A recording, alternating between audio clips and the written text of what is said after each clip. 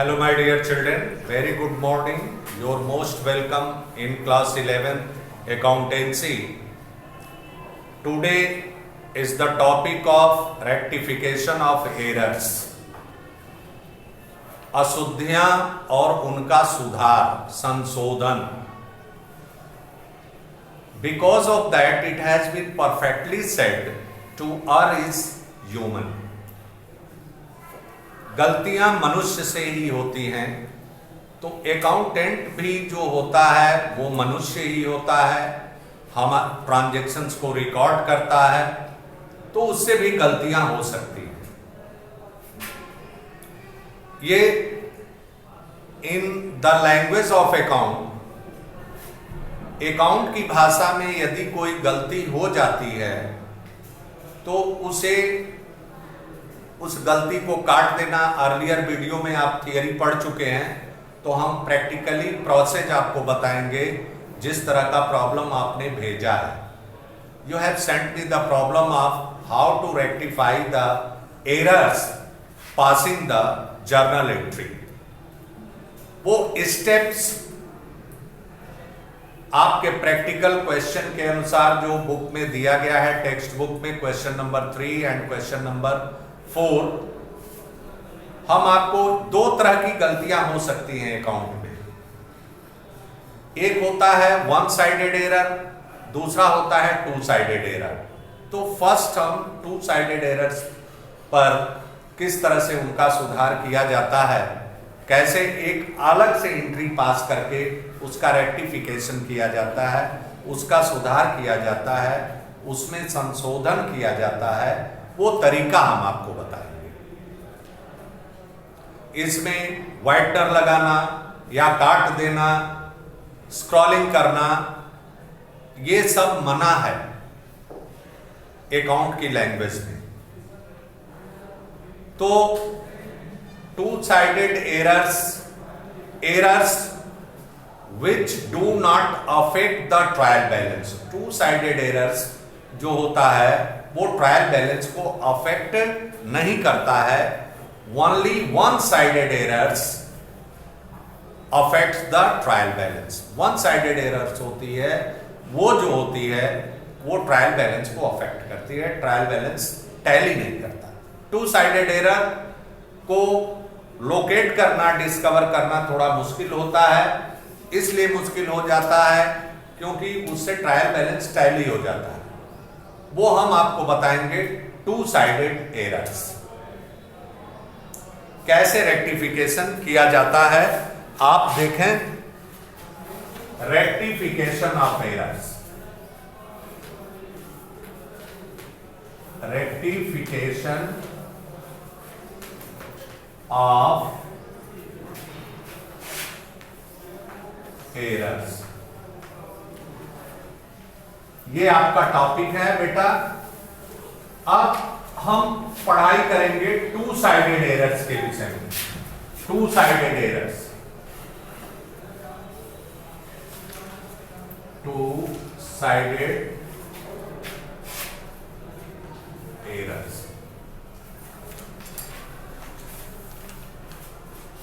अब प्रश्न ये उठता है कि sir, just ever you have told me it does not affect the trial balance. How?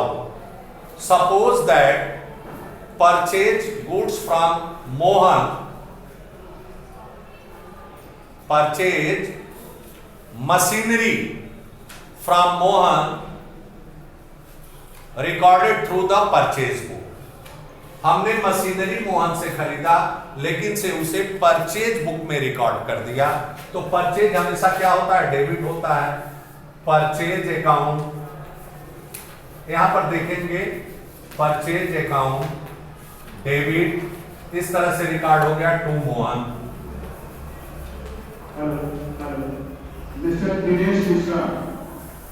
ये गलत एंट्री हो गई. जब एंट्री होनी चाहिए थी machinery account debit, machinery account debit to Mr. Dinesh Mishra, please continue your class. To Mohan. फर्ज कीजिए 50,000 का हमने खरीदा, ये 50,000 आपने लिख दिया। अब बेटा ये ट्रायल बैलेंस के ऊपर कोई प्रभाव नहीं डालेगी, क्योंकि जब ट्रायल बैलेंस आप बनाएंगे, यहां पर देखें तो ट्रायल बैलेंस बनाएंगे तो परचेज अकाउंट डेबिट, परचेज भी हमेशा डेबिट होता है, एसेट्स भी हमेशा डेबिट होती है। 50,000 डेबिट में लिखा जाएगा और 50,000 क्रेडिट में भी, दोनों में लिखा जाएगा, इसलिए ट्रायल बैलेंस टैली कर जाएगा। लेकिन से गलती तो है, तो इसका ऐसी गलतियों का सुधार कैसे किया जाता है ये हम आपको बता रहे हैं।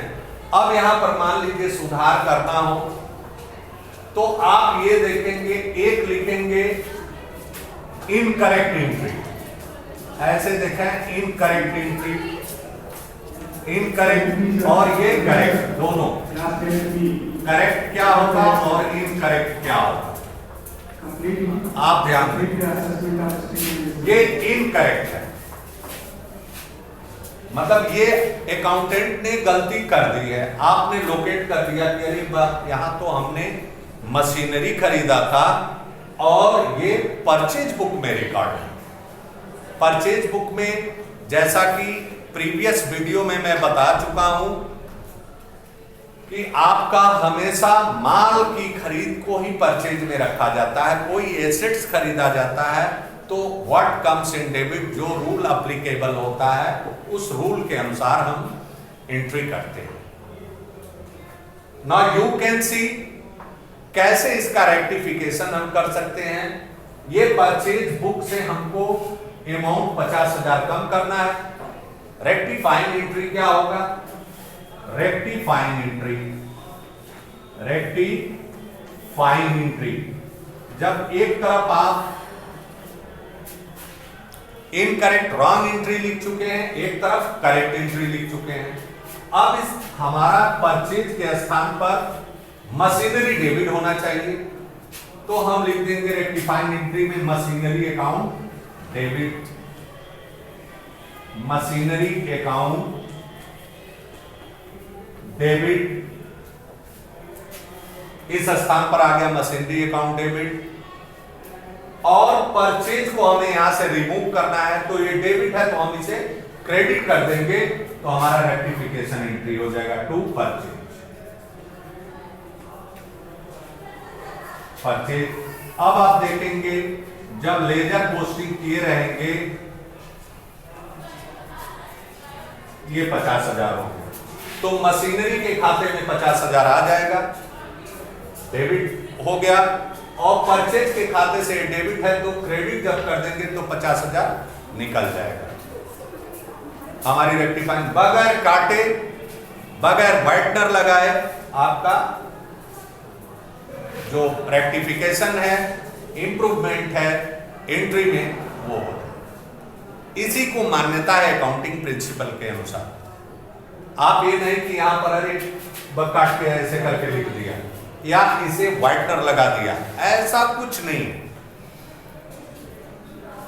इस चीज का जरूर ध्यान रखेंगे। इसी तरह से अब हम आते हैं आपके क्वेश्चन नंबर 3। आपका टेक्स्ट बुक जो है क्वेश्चन नंबर 3 पर हम आपको दिखाते हैं rectifying the following errors. Rectify the following errors, amount की भी गलती हो सकती है और एंट्री की भी गलती हो सकती है। अब यहां पर देखें क्वेश्चन नंबर 3 में credit sales to Mridula 5,000 were recorded है 5,400। मतलब क्रेडिट सेल हमने मृदुला को किया है तो हम एंट्री होगी Mridula debit, receiver is the debit, credit sale है, उधार बिक्री किया जा रहा है तो मृदुला डेबिट होगी और टू सेल्स।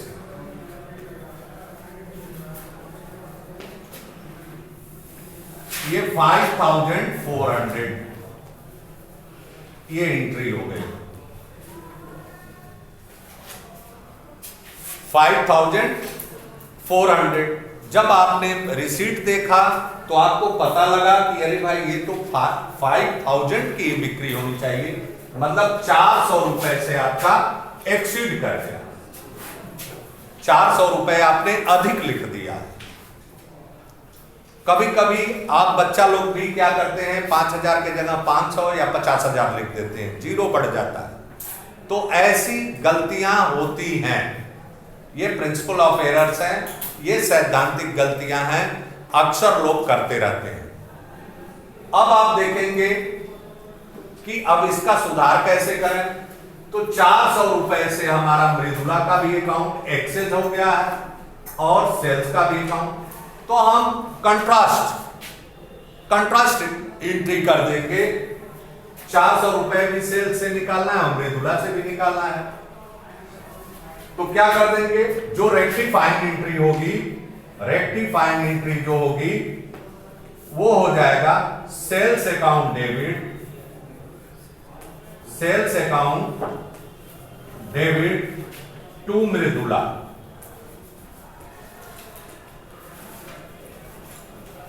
यहां 400 रुपए से मृदुला डेबिट अधिक है, तो यहां 400 रुपए से हम जो डिफरेंस अमाउंट है उसको हमने यहां पर डाल दिया 400, और 400 से हमारा सेल भी बढ़ा हुआ है, क्रेडिट कर दिए, निकल गया उस खाते से।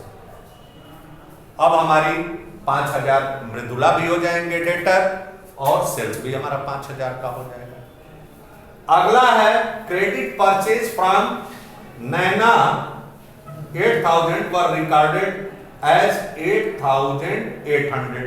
जो रॉन्ग एंट्री तो सही हुई, अमाउंट इसमें गलत लिख दिया गया। अब आप देखेंगे परचेज अकाउंट डेबिट,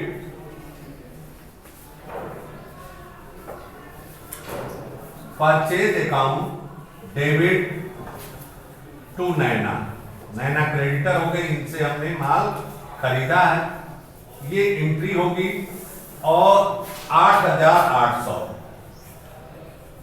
8800। अब यहां पर देखेंगे बेटा कि हम बाद में आपको पता लगा रिसीट देखने के बाद, तो आपको ये पता लगा कि हमारी तो परचेज जो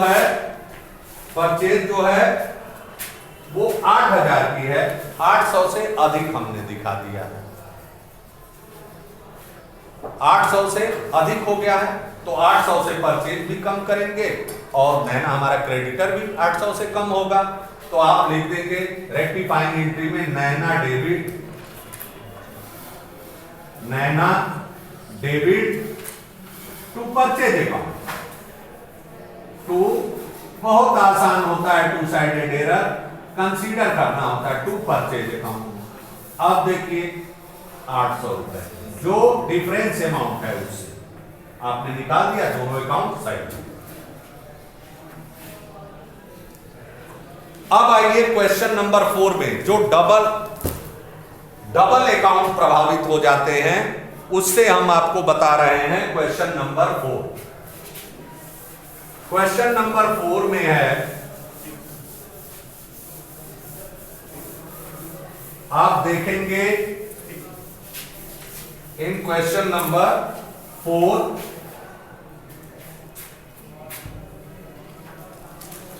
क्वेश्चन नंबर 4 में है, a credit sale of goods to Ram 2500 has been wrongly pass through the purchase book.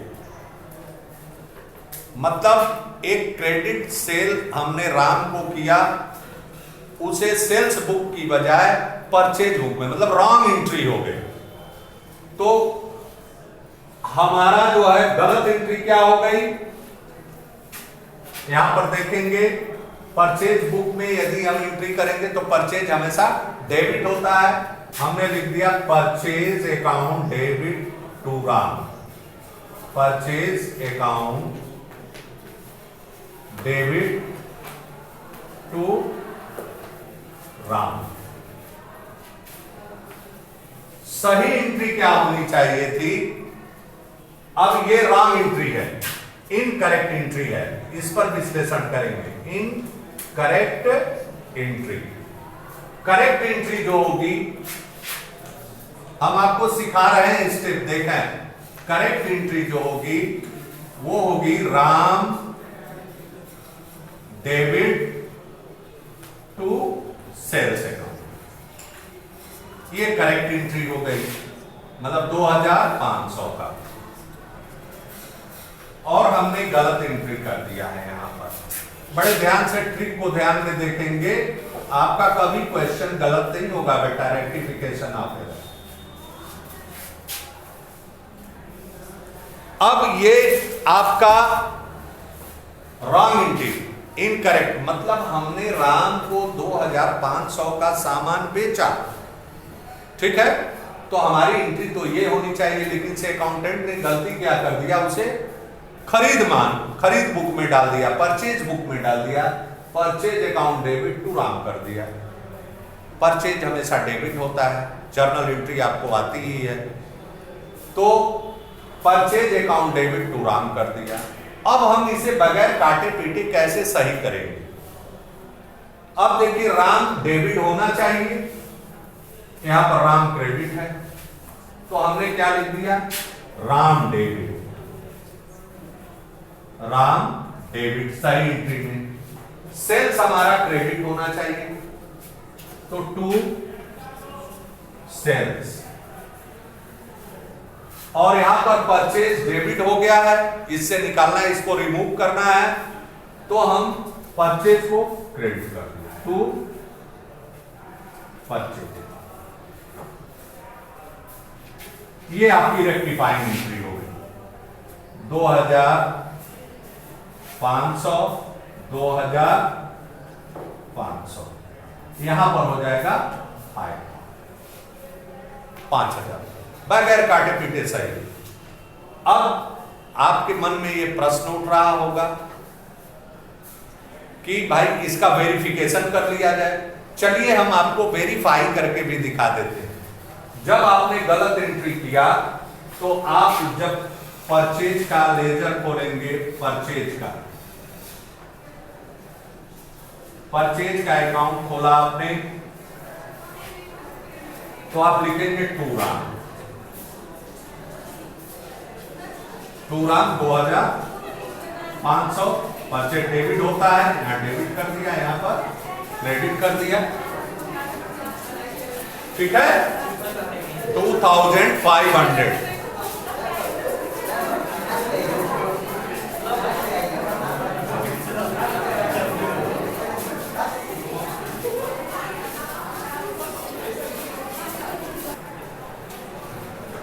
अब इसका वेरिफिकेशन हम लोग कर रहे हैं, परचेज में 2500। अब और आपने राम का अकाउंट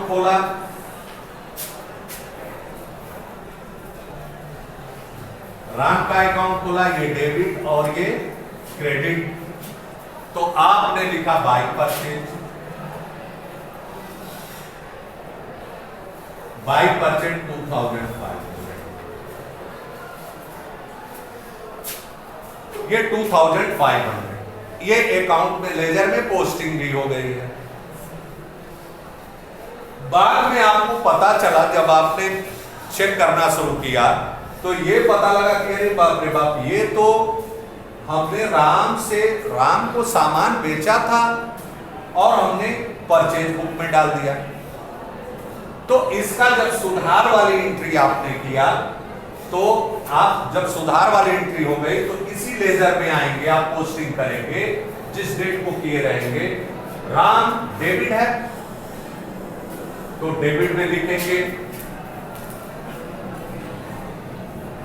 राम अकाउंट में डेबिट में लिखेंगे टू सेल्स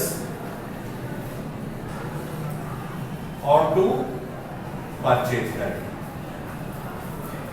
2500 और 2500। अब इसे जोड़ देंगे, 5000 हो गया। अब इनके नाम से ये हो गया बाय बैलेंस, ये हमारे डेटर हो गए 2500, सही हो। उसी तरह से परचेज बुक में परचेज बुक में आप क्या करेंगे, परचेज क्रेडिट है, क्रेडिट साइड में बाई राम 2005 खत्म हो गया, बराबर। कोई बैलेंस नहीं इस खाते में, वेरिफिकेशन भी हो गया है। उसके बाद सेल्स का अकाउंट खोलेंगे तो आपका सेल्स में अब आ जाएगा कि हमने राम को माल बेचा है, बाई राम करके, बाई राम 2000, ये वेरिफिकेशन भी हो। तो इस तरह से टू साइडेड एरर्स किया जाता है। Thank you very much. और भी वीडियो बनते रहेंगे, जो भी टेक्निकल प्रॉब्लम आएंगे आप उसे देखते रहेंगे। Thank you very much.